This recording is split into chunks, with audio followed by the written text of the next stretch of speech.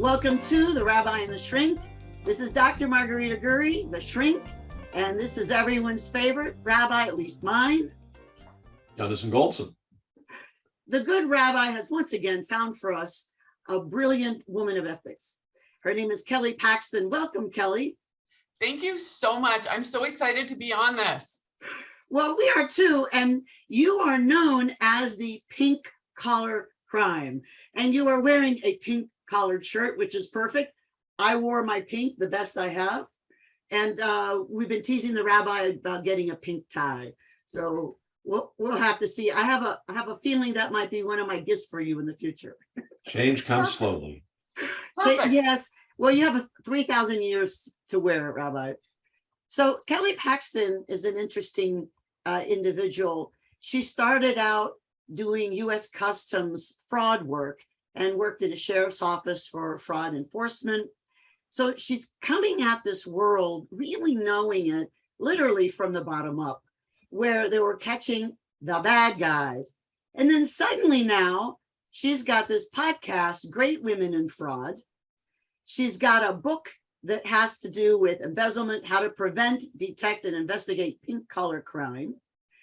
If you think about her, she's a certified fraud examiner, which quite frankly, I didn't know those exist till I met you. I've known about auditors and audits and all that because my friend Julie is an auditor. She's with Auditing Alliance. And on top of it, being a professional speaker, you're a private investigator, which is way cool. So please tell us, how did you get from this embezzlement and customs to this pink collar crime where all of your skills and interests have melded? Well, what's really interesting is I say my career has been always about money. So I started in finance, how people invest, save and invest. And we got a client that was hinky. And this was back before the anti-money laundering, know your customer rules, but we still knew he was hinky. And one day we got a call from a U.S. Customs agent. And she asked, do you know Alan? And all public information. And I was young, I giggled. I was like, oh, is that what we're calling him today? And she's like, oh, well, we might be sending a subpoena down. And that was kind of a mistake on her part.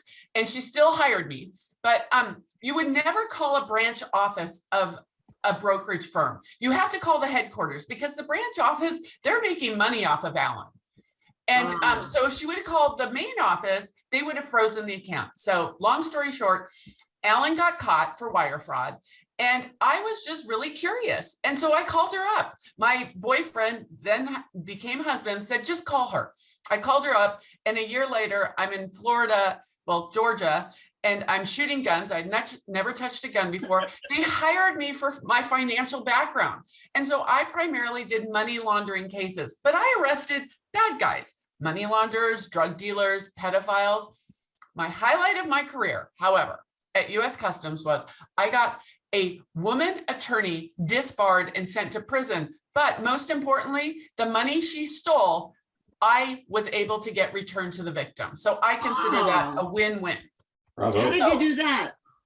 Well, we just acted really, really quickly. We were able to stop the money from leaving the country because it was going to go out of the country. Yeah, and then, longer story shorter, went to the middle of the country, no border, so couldn't work for customs. We came back to Oregon eventually. I started working at a sheriff's office. And that's when the idea of crime really changed for me because I was their fraud analyst and we were working embezzlement cases on Main Street. And all of a sudden one day I realized all my suspects, except for one, were women. And I Googled women embezzlers. And this term pink collar crime came up. Now, this has shifted to I am the fraud hashtag queen. Hashtag it's position, not gender. It is the one crime women excel at. Why? Because they're in low to medium level positions in the workplace. They know every dollar that goes into the business, every dollar that goes out. And hashtag never underestimate a woman. That's the truth. These masters of the universe, these business owners are like, oh, Betty, she's so sweet. She'd never do anything like that. And that's when crime changed for me. We don't relate to, Bernie Madoff. We don't relate to Enron. We relate to our kids' soccer club getting embezzled, the PTA, the water district, things like that. That's crime on Main Street. I'd like to ask a question. Is it, do you see a correlation? I mean, this is what I drew out of your words, that is it that women, because they are in positions that may not allow them to make the kinds of contributions they could be, should be, or capable of, they feel undervalued, and that contributes to a proclivity to start looking for angles, to put it nicely? So there is the fraud triangle. It is opportunity, pressure, and rationalization. For a long time, women didn't have opportunity. They weren't in the workforce. In the mid 70s, women started getting into the workforce. And there's a criminologist, and she's elderly and ill, I hear, Dr. Frida Adler. And she said, women will steal because they now have the opportunity. She got pushback for 3 years. Barbara Walters interviewed her. She was on the Tonight Show to tell the truth. And everyone said, you are taking away from the women's movement. She goes, no, I'm not. What I'm bringing to bear is 4% of the criminal justice budget is only for women's programs. Women are now going to get in the workforce, and now they will have the opportunity to steal. And you know what? The crime statistics have borne this out. So I do there was a podcast I just listened to, and I can't remember what it is. And it was with Angela Duckworth, and I can't remember who interviewed her, but it was about women basically being incredibly unhappy right now because of all the pressures and COVID and things like that. And so this kind of ties into your work, or to your question, Rabbi, is that, yeah, I mean, I think they can get a little bitter when they're mistreated. And they know they could do more, but you know what? Some of them some don't aspire to the C-suite. They just want to punch in and punch out. But then they see what the C-suite or higher ups are doing, and maybe they're like, I want a little piece of that. Well, look at 9 to 5. Oh my gosh. Oh, I play that song, Dolly Parton's song, at the beginning of my in-person presentations. You know what's fascinating? Talk about never underestimate a woman, Dolly Parton. Jane Fonda came to Dolly and wanted her in the movie. And Dolly said, I will only do the movie if I get to write the song, because that is one of her best selling songs. So don't underestimate Dolly. And look at what she's done recently. Like, she has a joke about, I spend so much money to look cheap. Yeah, I love that. And they underestimated those 3 women in 9 to 5. Oh, absolutely. I absolutely love that. And yet my father, when he was watching, said, ay, que horrible, look at how horrible it is. They're encouraging women to be violent and criminals and we all laugh, Daddy. Come on. No, I mean, it's a brilliant movie. And I think one of my favorite element there is the Jane Fonda character, who's this meek, mousy, has been just sort of stepped on and pushed down her whole life. And in her fantasy, she's this swashbuckling, carrying a shotgun. And, we all have these different personas within us that are often looking for opportunities to come out. Absolutely. And if we're not appreciated, if we're not respected, if we're not given the opportunity to contribute according to our talents, then those personalities are going to come out in ways that maybe they shouldn't. So yeah. Angela Duckworth got pushed back. How about you? Are you getting criticized for pointing out the women? I think women get touchy about this with the women's movement and on. What's your reaction?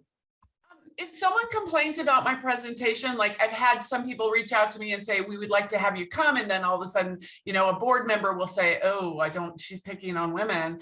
And I'm like, let's slow down. It's all about its position, not gender. 90% of bookkeepers in this country, according to the Bureau of Labor Statistics, are women. So no. And, a lot of people, I have to say, I have a very strange sense of fraud humor. And I don't ever like to punch down, and I don't punch down. But the thing is, women, if you're going to steal, steal like a man. Men steal more money. Women steal more often. There you go. And you teach courses on that? Yep. Yep. And when I explain it to people, they understand, because again, so we have the fraud triangle: opportunity, pressure, and rationalization. Most people think it's easiest to control for opportunity. So internal controls, 2 signatures on checks. Well, okay, the number one way to steal is forged or unauthorized checks. So I just had someone last week in a presentation say, well, if you can forge 1 signature, you can forge 2. So, that's not really control. The thing is the rationalization.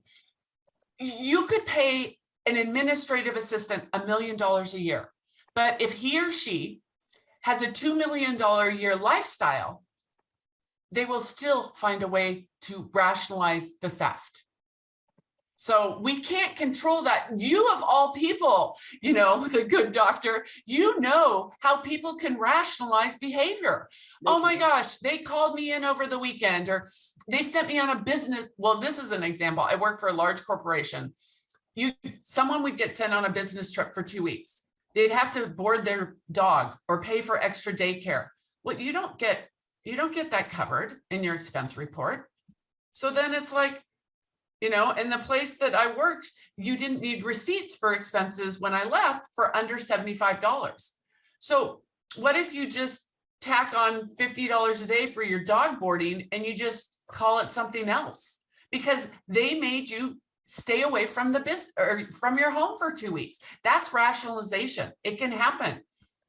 Oh, it does happen, and we're really good at it. And we've talked before about how rationalization is perhaps the most dangerous enemy of ethics. In fact, we had Ron Carucci on a few weeks ago. I love him. He's wonderful. And he cited research that when people perceive unfairness around them, it makes them less ethical. Because if I can't trust others, then why should I be trustworthy? Yep, that's another one of my hashtags. Trust is not an internal control. I go to sleep every night with a Google alert on embezzlement. Yes, I have some very weird dreams. And I read these stories about embezzlement, and they all say, we trusted her, we trusted him, he was a part of our family, she was a part of our family. We hire people we know, like, and trust. We don't hire bad guys. This is another thing, is the term white collar crime didn't come out until 1939. And prior to 1939, criminals were icky people that were poor, people that lived on the wrong side of the tracks. They're wearing baggy pants. They are scary. We cross the street when we see them. And then Edwin Sutherland comes along and he's like, I'm sorry, you can be rich and steal. So that was a really big thing. And then 50 years later, Dr. Kathleen Daly popularizes the term of pink collar crime, that is low to medium level employees, primarily women, who steal from the workplace. So you have the umbrella of white collar crime, and then pink collar crime is a subset. Because white collar crime is really, it's going to be like, Ponzi schemes, financial statement fraud, Foreign Corrupt Practices Acts, things like that. It's big dollars. Pink collar crime is generally smaller dollars, and it's over a longer period of time. All right. So I have a question. Yes. You and I were talking earlier that when I first started my private practice in 1983, I hired a woman with 6 children that had become highly recommended to do my bookkeeping. I made a huge mistake in my bookkeeping, my own, went through and discovered that she stole $5,000 from me. I then now am part of the problem, as I just fired her. I gave her a chance to explain. It didn't, to show to me how I might have been wrong. Finally, she admitted she just stole it from me. I never reported her. So I'm now part of the problem. you asked me an interesting question. I didn't fire her because she has 6 kids. I met them, so I know she has 6 kids. I wanted to make sure that the kids were okay. And you asked me an interesting question. Would I have reported her if she was a man? And I said, no, if they had children, which is a terrible thing, Rabbi. There's my rationalization, right? So I contributed. So how are we all contributing besides keeping women in these lower level jobs where they can't make their own money? How are we contributing to women being the pink collar experts? Well, one of the things I'm going to say is tone at the top. So you have a business, you have a master of a universe, you have some, very successful business, and they're just skimming a little bit. That woman sees it all.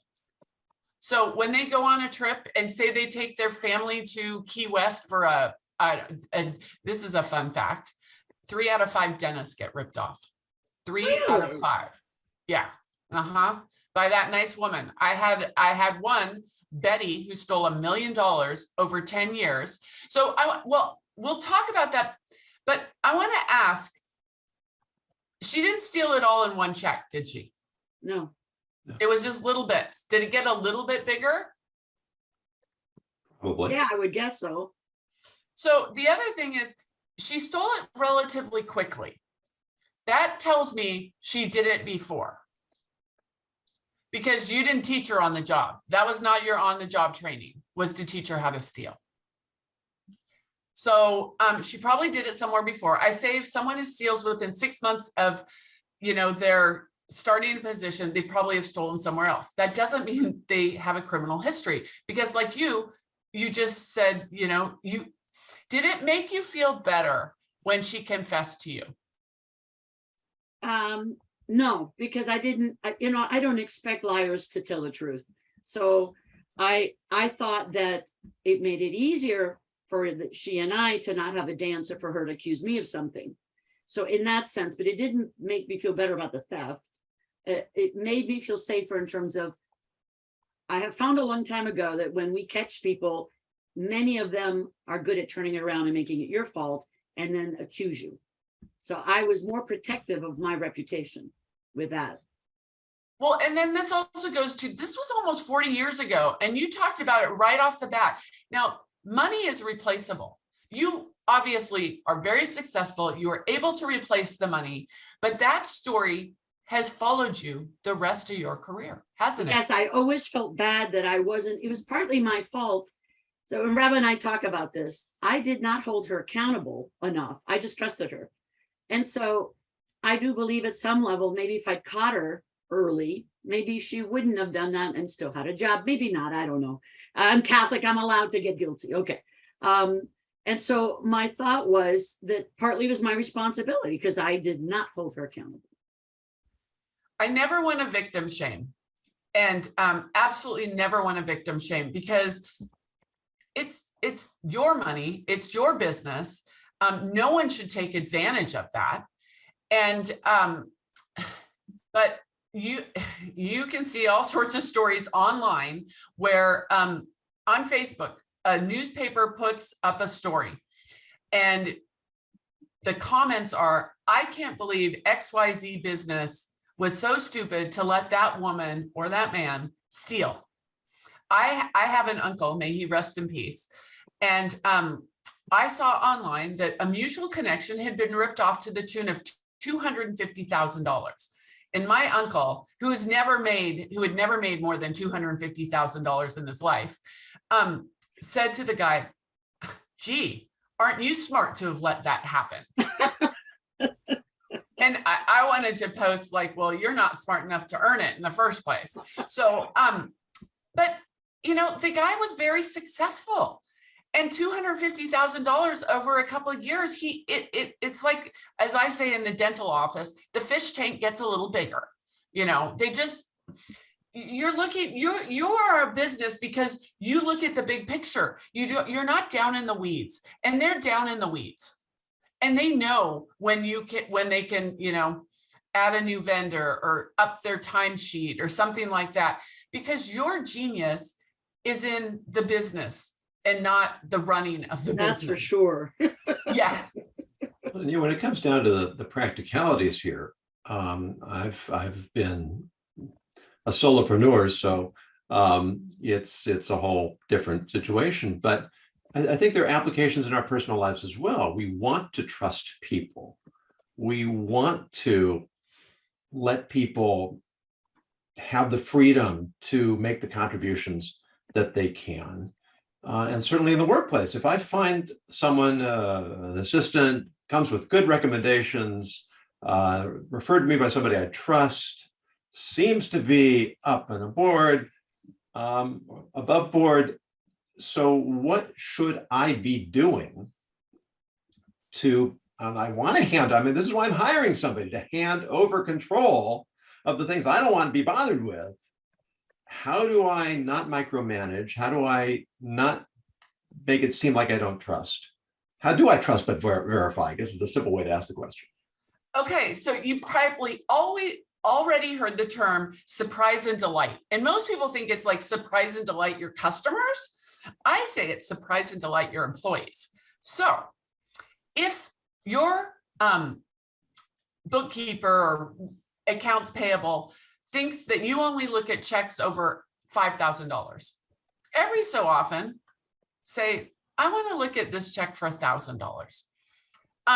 If you're a smaller business or say a municipality and you get audited, and you always get audited in the month of say October, one year mix it up to March, because there's a woman who stole $800,000 and she thieved every year through May 31st, went cold turkey for all of June, and started up again July 1st because she knew the auditors came. The other thing, and these are not expensive deterrents. We're not going to have to go out and put some heavy duty software on our stuff. We are going to, first off, get your own bank statements. Get your own bank statements or download, go online.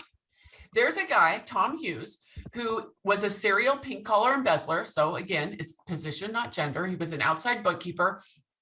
And his clients would come and they would hand him an envelope.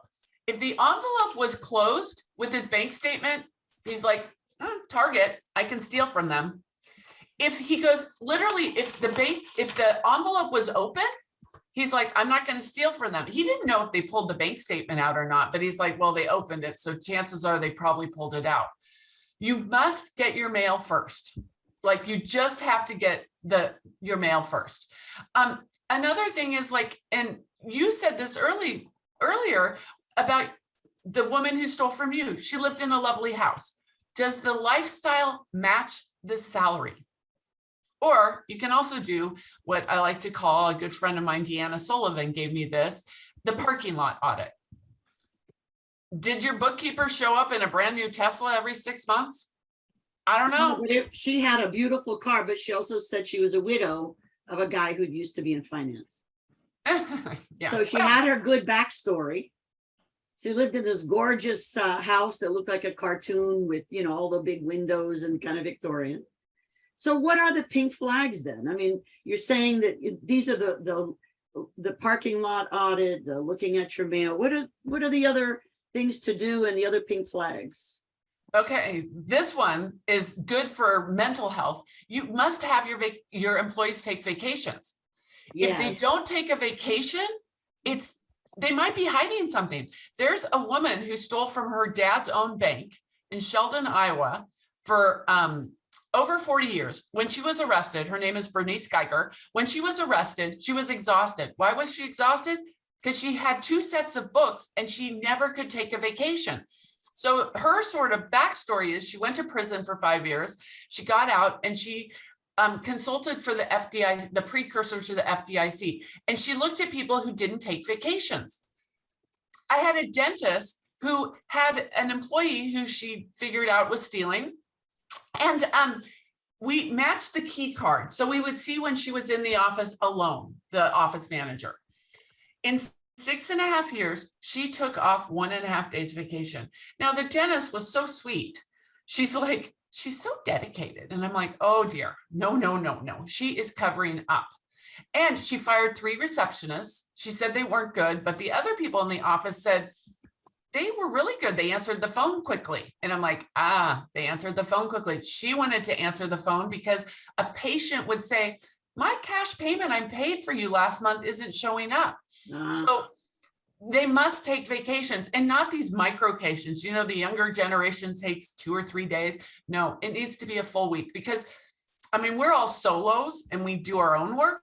But if you're in a business, if you're gone for 2 or 3 days, you just work a little extra to catch up. But if you're gone for a week to 2 weeks, someone's got to be at your desk and looking at your stuff.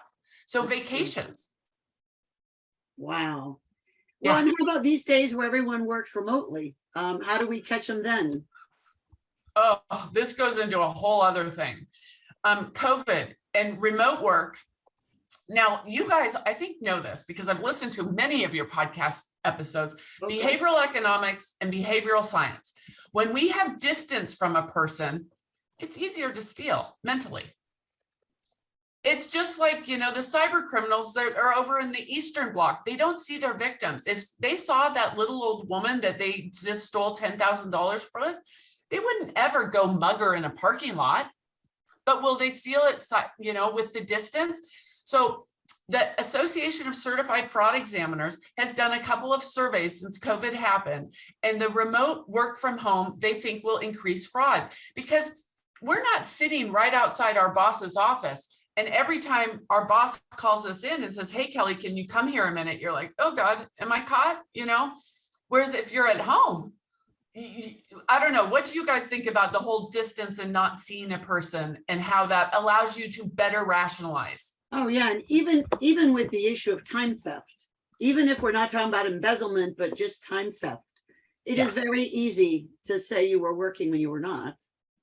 Yeah. I actually heard on Jason Pfeiffer's podcast, Bill for Tomorrow, this idea of going to a 4-day week. And they found that they could cut out a lot of the fat, a lot of the excess of the work, of the time used up in work, and by being more efficient. And then they discovered the downside, that people didn't feel they were part of a community. They didn't feel a sense of common mission. They didn't feel that they were connected to their coworkers. And so while it became very much more efficient and people had more free time without compromising efficiency, there was a damage being caused to the culture of the workplace, which I think could certainly feed into some of the kinds of things you've been describing, Kelly. Absolutely. I mean, it goes to the rationalization part of the fraud triangle. And, you know, with COVID, they're kind of expected to respond at all hours. Well, you're home, you know, you're supposed to be home. You're supposed to be working for me.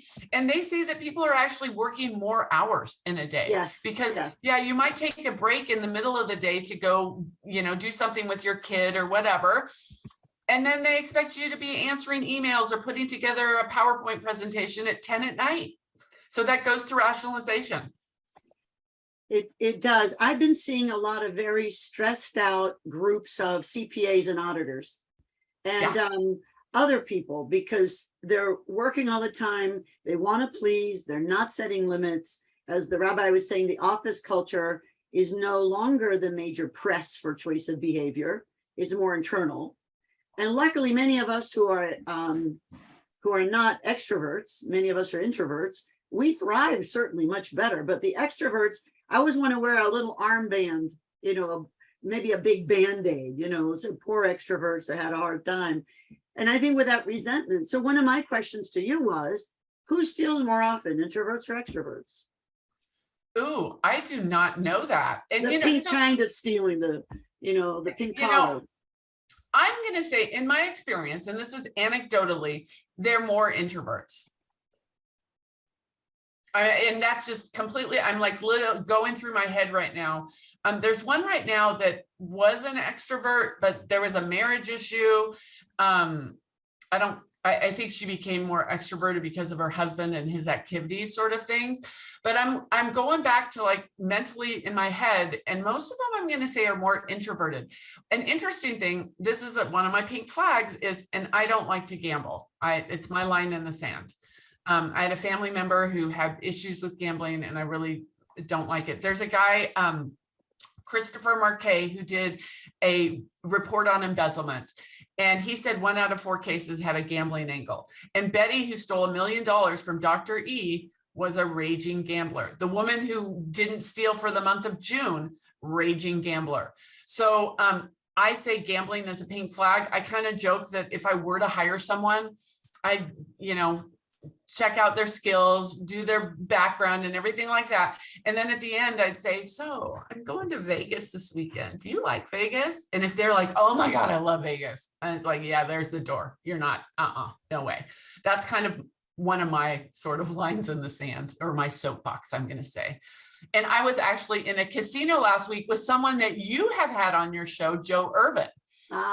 And we have pictures of me in front of slot machines. And then Joe's like, Joe puts $20 in a slot machine. She's like, Kelly, just push the button. And I'm like, oh no, nope. Won't even push the button. She doubled her money in less than 10 minutes, but she got down, she put $20 in, she got down to like 5, and then she made 25, and she's like, I'm done. So Joe and we had a lot of fun being at this casino for an event. And it just, casinos are great places for events like conferences. They are. Maybe.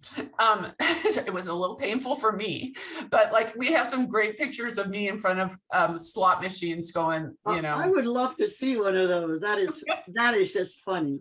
Doctor, I loved your question about introverts versus extroverts. And I think Kelly might be onto something, because we live in a society that tends to recognize extroverts and attribute to them more talent, accomplishment, ability than they are necessarily entitled to.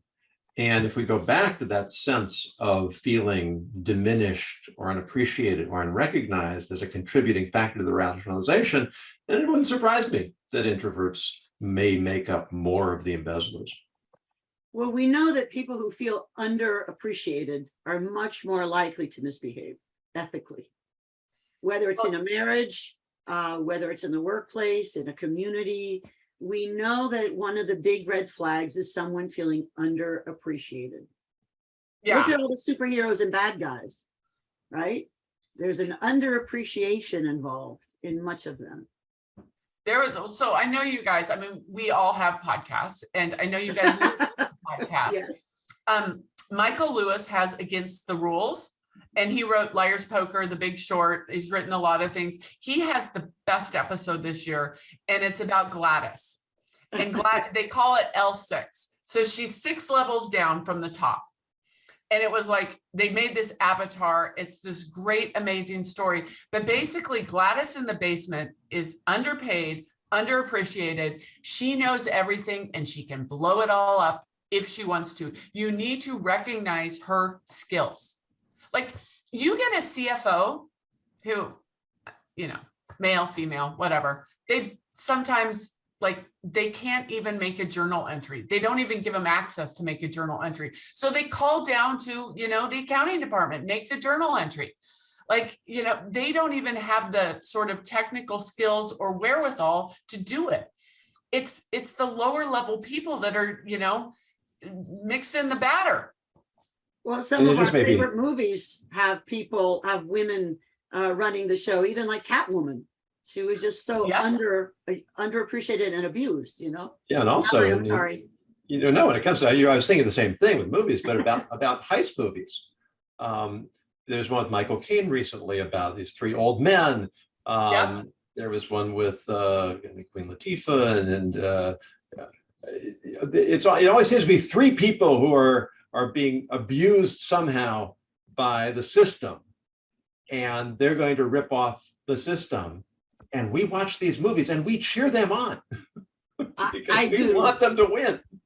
The underdog. It's all about the underdog. It's just like 9 to 5. They wanted to take what's the guy's name? I can't. I forget his name. The actor. Yeah. And you know what? The audience is cheering Dolly, Jane, and Lily Tomlin on.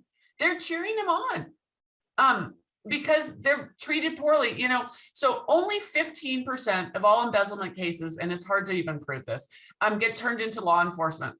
Mr. Hart, Mr. Hart, Oh, okay. because I remember thinking he was heartless. Sorry to Oh, interrupt.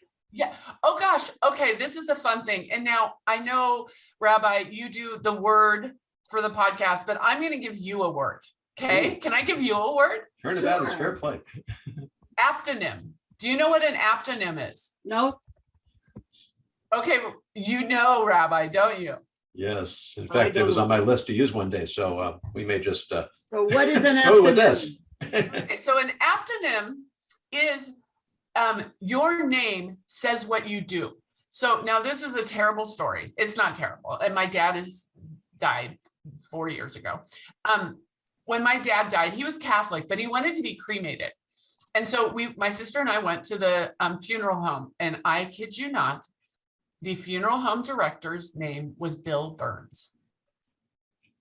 There is a woman in North Carolina who just pleaded guilty to a $15 million embezzlement.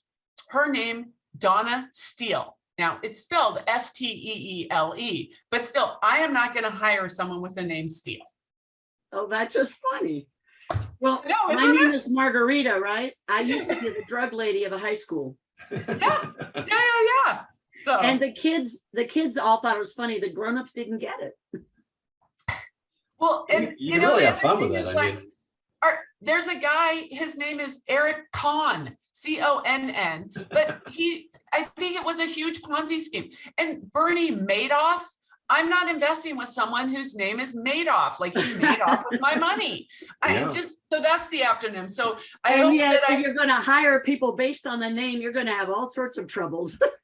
I have a family member who has a business, and she laughs at me and she's like, my first accountant's name was Besselman. And I'm like, oh God, no. Now it's not embezzlement, but still Besselman is pretty close to it. So yeah. So that's that's my word. I teach audience it all the time, and they throw ones out. It's really quite fun. now this has nothing to do with our topic, but there's a story. It may be apocryphal, but in Israel, a common nickname for David is Dudu. And it doesn't raise eyebrows over there at all. But so the story is, there was a visiting professor in America from Israel, and he introduced himself to his class as Dudu Manur. And after a week, he changed it to David Manor. But what you're saying is, if we want people to take us seriously, we have to account for these sort of very superficial impressions that we can create, and just be aware that it may not be fair, but it might be reality. Yep. Oh, that's fascinating. All right. So we're getting around the time when we would have normally done the word of the day. So I'm thinking that you deserve a second word of the day. This is what I'm thinking. Yes, please. I think you pack a wallop. So the rabbi's going to do the word of the day, and then we're going to ask you 2 questions. What's the next adventure? And we're going to ask for some final words of wisdom. Rabbi, word of the day, sir. Well, I hope it's apt. It always is apt. As our first word was. This is a word I've been saving for a while, but I think it fits. The word is siamki. Siamki, and if you want to spell it, you better look in the show notes. It means sham fighting for exercise or practice, or an argument or conflict with an imaginary opponent.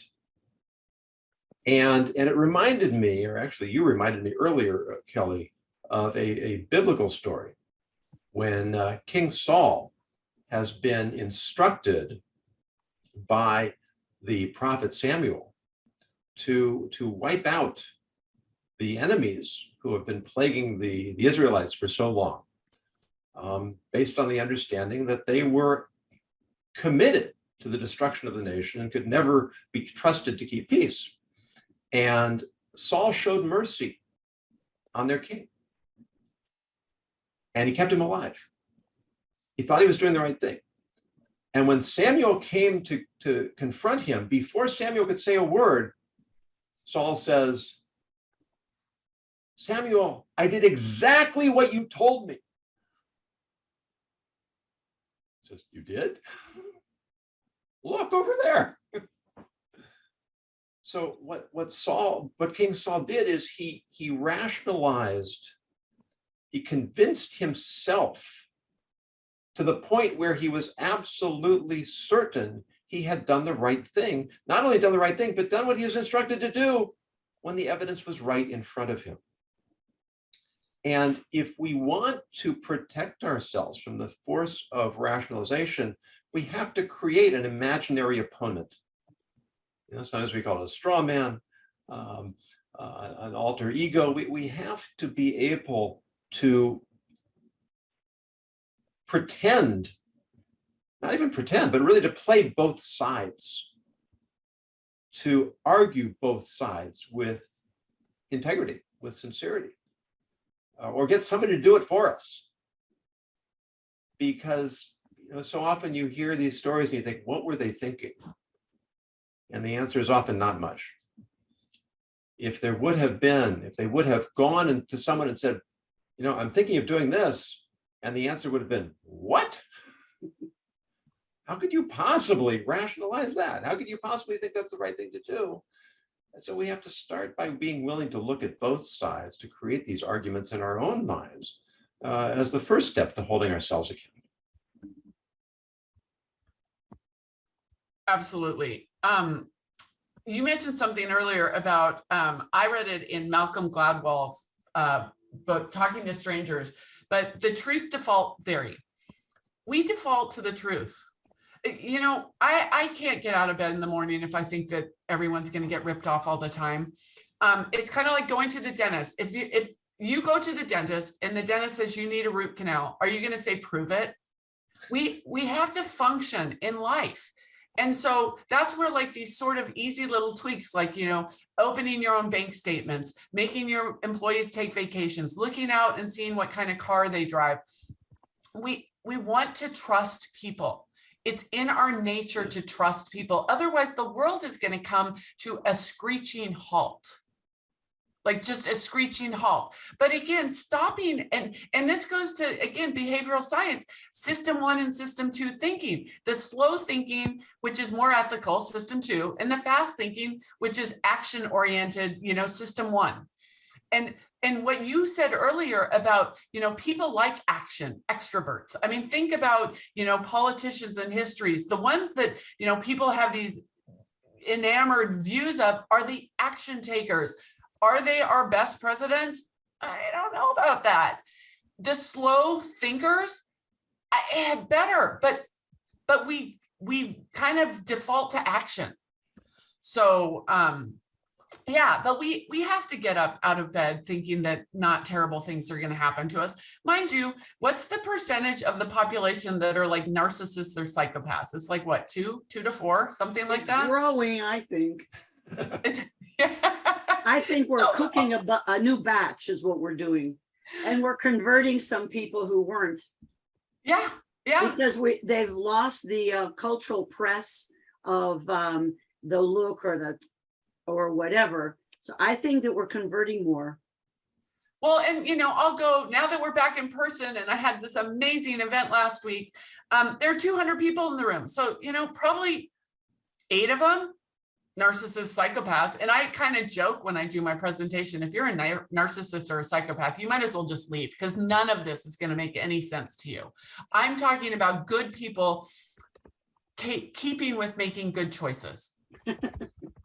So, yeah. Well, my friend Dave Bricker always says that narcissists are the only illness where the sicker you are, the better you feel. And I think many people do not understand they're narcissists, especially the ones that are more malicious. They just blame someone else. They accuse, which is what I was trying to prevent myself with the bookkeeper. So that's interesting. So I have a question then. if we know somebody personally who we think has a little pink flag hanging out of their purse or non-pink tie, Rabbi, what would you suggest we do to help them maybe rethink and make a better decision? What would be a good approach to help somebody notice their behavior, acknowledge it, and maybe change it? What a concept. Yeah, that's a really hard, great question. It I is. I have a friend whose son is obsessed about money, just obsessed about money. I can show you rich people who are miserable. I can show you rich people who are happy. This goes to, I don't like coaching or something like that, like maybe showing that these are good people who've made a bad choice that have gotten caught. And Well, let's say they haven't gotten caught. Let's say we just noticed they're doing something yucky. Rabbi and I have seen that all the time in different national associations. They have Facebook group pages, and you see some behavior that is less than lovely. yeah. And some of that, I think, crosses the line ethically. Maybe it's not embezzlement, but it could be embezzling someone's reputation, if we're going to look at it that way. I think there are little things we can do. So, I mean, you're so experienced. What would you say? You know somebody, maybe this son that you know. What could you say to him to maybe help him rethink and revisit his choices of behavior? Well, okay, I love that you said choices, because in the criminal justice world, especially like in jail and probation, you have to own your choice. So Yes. in something like that, I think I would say, I would show them that money isn't an end all be all. And that there's a woman who literally had a Dr. Phil moment. She had been stealing, and it started actually as a mistake. The travel agency booked a personal ticket on the corporate credit card. But guess what she did when she came back and realized it? She rationalized that they called her on vacation, and she's like, well, they deserved it. They got a lot of my time during vacation. She was getting physically sick. So that's one of these things. When you start stealing, as you well know, especially in your practice, they get sick. They get physically sick because the guilt eats. It Does. Yeah. She went home because she thought she was having ulcers, and she saw Dr. Phil. And she went in the next day, and she told the boss didn't know she was stealing. She told the boss, I've been stealing. It's about 100 grand. Well, it turns out it was 400 grand. She had a baby in federal prison. So those sort of stories, I've got so many stories of good people who made a really bad choice. And I think I would start tying those in to it. And now, I love ethics. I love ethics. It's a muscle. We need to use it all the time. And coaching and mentoring and showing examples and things like that. And also, this is the other thing, is you must be empathetic. That there is something going on in whoever's person's life, you have got to be empathetic. We cannot be judgmental. There is a woman who stole $27,000 from her township. She was a township member for 50 years. Her husband got cancer. They stole for food and drugs. I'm not going to sit in judgment of Maxine. Never will I sit in judgment. So being empathetic, being someone that they can trust you to help them. So empathy is my number one thing. As an investigator, as a colleague, we must have empathy. That's a really long answer. Is there a big push to put people in jail instead of helping them find a way to pay things back and fix things? Well, hashtag no one steals to save. Oh, so the okay. money is gone. Yeah, they usually spend it. But they don't buy Suave shampoo. They buy Aveda shampoo. They don't go to the shore. They go to, Key West or, the lifestyle just gets more and more. So rarely do they steal to save. Yeah, but in terms of paying it back, are there any programs to help people pay it back instead of just going to jail? This is really interesting. This could be a whole other podcast. All right, we're ready for you. We'll book it. I was just in Ohio, and they show a woman who stole from the municipality $240,000. She was able to give him a check for $200,000. She was able to hire a very good criminal defense attorney. She got probation. There was a woman who stole $40,000 from a school, like the PTA and clubs. She got 18 months in prison. Guess what the difference was? Well, it's equality. One woman is from a sort of privileged background. The other woman is African American. And if you Google the city that it happened, so I go around to different parts of the country, and I always specialize or make my slides for that area. And I Googled this area, embezzlement, and this story popped up, and it was like Equal Justice Initiative. So how is it that a woman that steals, 5 times as much as another woman, that woman gets probation and the other woman goes to jail? I think there's always class and race and cultural and religious issues that, unconscious bias and conscious bias is huge. And most people don't have a clue how biased they are. They just have no clue. That's what, again, my fraud sense of humor, when I'm in a group of people, I'm like, if you decide you're going to embezzle, you might want to look at some sentencing in your state or municipality, because you can steal 20 grand in one state and get nothing. And you can steal 20 grand in another state and be sent to prison for 10 years. It's funny, and we think of embezzlement as people taking money, but so many people file fake lawsuits for sexual harassment or hostile workplace, either because they're malicious, they're malingerers, they're sociopaths, or maybe they're mentally ill, and they get $250,000. I mean, what is the difference there in terms of the mindset of the criminal and all? I mean, that's theft. Well, so that goes to the fraud triangle: opportunity, pressure, and rationalization. Most people, and I'm going to say those people that do those lawsuits, narcissists. Many of them are narcissists or plain out sociopaths. Right. You're talking about opportunity. There are so many inequities in the system. And I know a person, he's never held a job in his life. And he supports himself with lawsuits. Isn't that nice?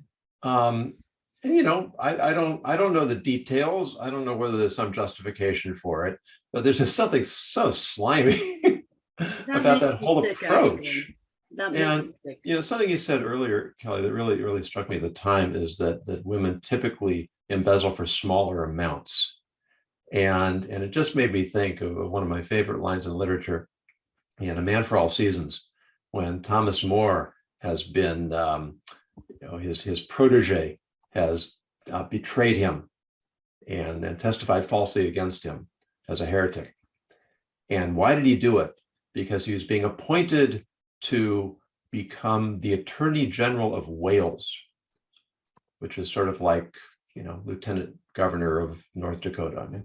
And Thomas More says to him, "It profits a man nothing to sell his soul for all the world, but for Wales."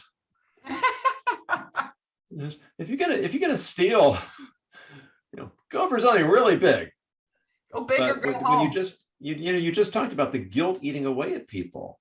And it should eat away at us. But sociopaths don't have that problem. Oh, no. They are not burdened.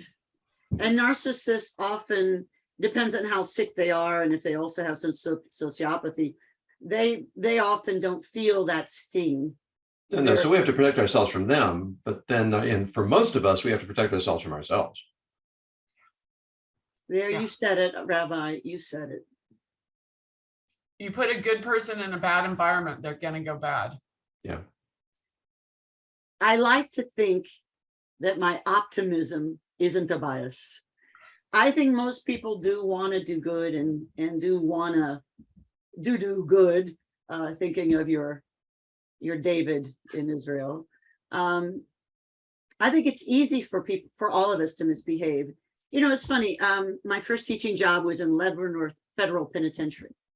Ooh, I taught college there, and most of those gentlemen were really lovely. And when I listened to a lot of their stories, many of them were there due to altruism. They were helping someone by doing something for someone, hiding the truth, giving false feedback, not telling on something. Most of them, not all of them, I would say most of the ones, at least the stories they told me, who knows if they're going to tell the sweet young teacher back then the truth, but I tend to believe much of it was the truth. And so I have to think, what keeps us from these pink flag moments? If we feel our own pink flag, have you come up with a solution? Let's say the rabbi and I have a pink flag moment and we're about to steal someone's money, what can we say to each other and to ourselves when we're pink flagging it? We notice it. it's not worth it. Money It is is not. replaceable. It's just, it is not worth it. Money is replaceable. You can go drive Uber. You can do, if again, this is system one and system two thinking. System one, people think money solves everything. It doesn't. Basically, if you're short on money, you got to look at your budget. Really, you can get more money. And again, I can show you so many people that, there's poor people who don't steal. And this goes to humans are irrational. If humans were rational, no one would ever steal, or would they? Because maybe the C-suite stealing. So they're going, if they're stealing, why can't I steal? So humans aren't rational because we wouldn't steal. Because we would go to prison. But when you think about it a little differently, it's like, well, why wouldn't we? They're getting away with it. I want my little piece. And you said something earlier, and I just did this new presentation with a lot of work by Francesca Gino at Harvard Business School. Oh my God, I love her. If you guys aren't familiar with her, check her out. I'll look it up. She is awesome. People will cheat if they think it benefits others. Yes, that's the altruism. Yeah. And she's done work on this. Mind you, if it benefits them too, of course. But And it usually look does. at me. I didn't turn my bookkeeper in. That's a form of cheating. did you write the loss off? No. No, I come as a refugee. I don't believe in handouts. I don't even record things I give away. I don't believe in that. Yeah. I think it doesn't count if you get credit for it. So no, it's interesting. There's a great guy out there who has Pivot Podcast, Prof G, Scott Galloway. He has this funny thing about donations. He thinks that if people make a donation, we're talking large donations, so ultra rich people to say get a building name. He goes, if you have a press release about your donation, you shouldn't get the tax write-off. And I think I that's agree. the best thing. I like it. Yeah, isn't that awesome? He's kind of crazy, but you know what? I love some of his things. It's like, if you have to write a press release that you gave away $100 million, well, you should. One could say that's a good Phillips. PR. That's the cost of PR. Yeah. Look Yeah. at Jeff Bezos' ex-wife. She's not hiring a PR firm for her giving away her billions. She's not. Every other billionaire does. Well, and I also like to think that there are good people. I think most people behave themselves around money, not because they're afraid of getting caught, but because they want to be good people and they don't want, they want a shiny soul. I mean, let's face it, if I'm going to hell, I'm Catholic. If I'm going to hell, a really good looking grandpa had better be involved. I mean, it's not going to be about some Bitcoin or something like that, just, give me something good. And I'm not going to tarnish my soul over money or harming somebody else in any way. Give me a puppy, that's it. Absolutely. Yeah. Well, I think you've done a spectacular job. We would like to have you back though. I would love to come back. All right. And we'll do a deeper dive, because I think what you talk about is not only the slippery slope, but you have so much proof and evidence And the rabbi, and I always talking about, I mean, his book is Grappling with the Gray, all these grappling, and how do you justify you do it once and then twice and then on and on and on. I mean, they do it for, it's kind of like a 40-year affair. It's easy to justify, you know, you're already there, it's just one more time and no one noticed and whatever. So I'd love to address that issue. I mean, every action is moving the bar one direction or the other. Yeah, There's no standing still. Yeah. that's true. Because if you stand still, you're going backwards. Exactly. I agree with that. It's interesting. These aren't bad people. They are good people who have made a bad choice. I think that's true for most people who are in jail. I mean, we've talked with people who've killed somebody and done other things. And I think depends on your mindset and if you were altered with drugs, alcohol, or mental illness, or I mean, there's lots of reasons why people do things. I mean, look at this popular TV show, Breaking Bad. I mean, I never watched it because it's just not my I cup of did. It tea, was but, delicious. It was you know, just this- deliciously naughty. the storyline, as I understand it, is this, you know, nice, upstanding guy who, because of the pressures of life, gradually gives in to more and more compromised behavior. Well, and he's also, you know, there's an illness. And so Yeah. he also, I think, values his life in a different way. You know, it's just interesting. There's you know, just a quick story. There was a woman, I post stories on LinkedIn about embezzlement cases, and there was a woman who stole from Make-A-Wish. And Aw. I heard this. Oh, Now, I Yeah. did not, that makes me so sad. well, she stole from Make-A-Wish, and I punched down. I made fun of her. And then I dug into her. She has 2 kids that have had brain surgery, and I did a huge mea culpa. And from that point forward, I have been very careful when there is a suspect out there. I just did a presentation, and there's a woman who, she had a gambling habit. She stole money. She had all sorts of pictures on Facebook of her kids, her with her kids. I didn't pull her picture from Facebook. I pulled her picture from LinkedIn, which had nothing to do with like her children. So I will not punch down. And, you know, there go, for grace of God go I. We can't sit in judgment of some people. No, just and can't. all of us have made mistakes in judgment, said or done things that we wish we hadn't done. I mean, it's fascinating how sometimes the things that make us so embarrassed and ashamed are the things that teach us how to be better people moving forward. You know, it's just interesting. Well, we did not ask you the question about your next adventure. What's your next adventure, ma'am? So I want to do this road show, or Joe and I kind of did it. Joe Urban and I kind of did it. We go to different places and show embezzlements on Main Street, whether it's business that, and these are all public records. So, but I want to go out with and put it on YouTube with like little stories of like this building here or this business here was ripped off by this woman. And I want to do that because again, this needs to, it's the relatable crime. We don't relate to Enron or Bernie Madoff. We relate to, I mean, literally within a stone's throw of my house, I can show you a business that was ripped off. I can drive from my house to Portland, Oregon, and I have places all along the way. So I kind of want to do this like world tour so people understand. They see the victim, they see the type of business, they see the I think it's suspect. great. It's kind of, instead of like ghost tours, it would be embezzlement tours. Yeah. I think it's great. That'll be a lot of, I can't wait to see it on YouTube. And maybe you'll even get a big sponsorship, you know? That would be nice. That to would- pay that for would my be gas. That would be very nice. Yeah. Thank you guys so much. Thank you for being so on. looking forward to this. Thank you so much. yeah, and please come back again. We'd love to continue the conversation. Definitely. Doctor, what's the last word? The last word is, it's not worth it. I'm going to take from Kelly Paxton. We had Kelly Paxton talking about pink collar crime, and there for the grace of God, go any of us.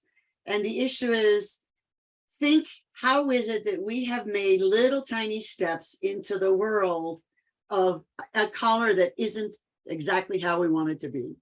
You know, I know there's red and black and green and all sorts of color crimes, which I didn't know, by the way, till I was researching for the show today, which is interesting. So think it's not worth it. And we're delightful we're delighted that you came. We think you are a delightful storyteller, and I'm so glad. And I think the planet is better off for having you on watch for Embezzlement and Watch. Boom, boom. I think that's good. Thank you. So everyone, catch us on the next Rabbi and the Shrink. And I know you all look forward to hearing Kelly Paxton tell her tale about pink collar crime. Thank you. We'll see you next episode. Thank you for listening to the Rabbi and the Shrink, Everyday Ethics Unscripted.